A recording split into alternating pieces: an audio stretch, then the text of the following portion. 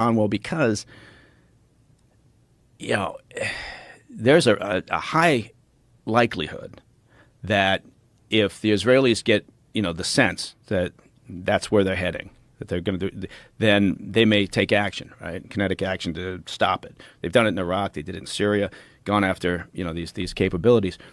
And that could obviously cause a flash there that spreads out of control, right, and draws us into it. So, there's reasons why, because people, sometimes people say, why do I care about Taiwan? Why do I care about Iran? It's because of the potential for a problem that we can't get our hands around, that we can't control. And so with Iran, it's largely comes down to this issue of, what is their breakout? Now, aside from just enriching uranium, they got to come up with the weaponization of it all, right? And that could take longer, right? That could take months and months, right? But it's a heavy lift to figure out what their plans and intentions are. So on Democracy Now, that he saw in late 2001 what is become known as the 7 wars in 5 years. That the plan from the neocons in the government was that we were going to overthrow all these governments in the region in the next 5 years. Now, this plan obviously didn't end up happening in 5 years, but it's literally he names 7 countries and there's one to go. And that one, by the way, happens to be the one that Donald Trump is flirting with a war with right now, Iran. All the rest of them have happened. Israeli news reported today that a strike on Iran is imminent. Yeah. Did you see that? Yeah. No, we're very clearly moving toward this war, yet another catastrophic war. But so Wesley Clark gets asked about this in the debate, and he goes, it actually goes back much further than that. He goes, I first saw the plans in 1991, and it came from Paul Wolfowitz.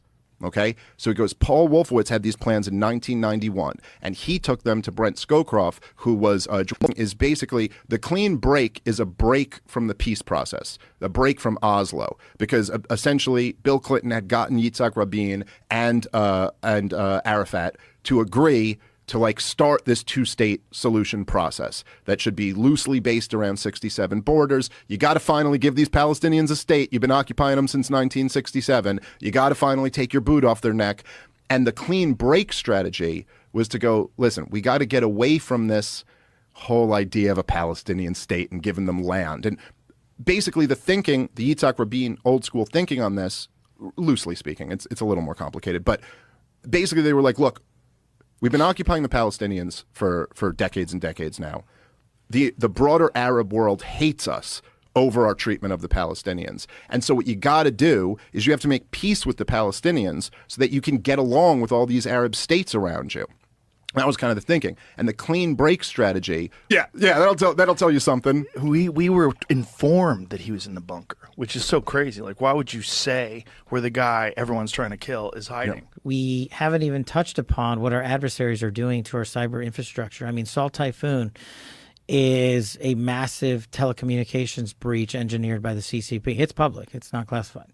And they literally got into our United States of America's telecommunications providers. Broken.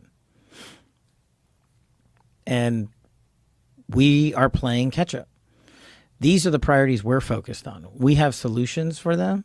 They take time. They're not sexy. No one wants to talk about upgrading the nuclear arsenal of the triad. It's not the sexy thing to talk about, but that's what we need to do. No one wants to talk about hardening our infrastructure and fixing our grid switch system across the country. You take out one electrical grid infrastructure plant and you take out a large chunk of this country, because we talked about hostages before. And what did they just report out? 2 more American Israeli citizens' bodies were uncovered yesterday or the day before. The cost of these wars, people don't see and feel right away. And unless you give them in your face 24/7 coverage of it, their focus is going to be on what CNN's talking about and how they're talking about it. Yeah. And that's part of the shift. And that's one of the large reasons I was like, we have to come on this show. We have to at least swing at it. Well, I don't know how many people, maybe no one will watch it. Maybe some people watch it. Oh, a lot of people are going to watch this. No, but that's that's not the point for me. We just have to try to reach different audiences. We have to try.